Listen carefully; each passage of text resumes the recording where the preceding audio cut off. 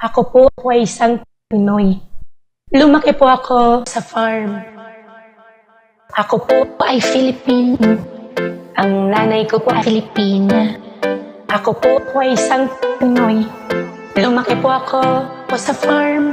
Ako po ay Filipino. Ang nanay ko po ay Filipina.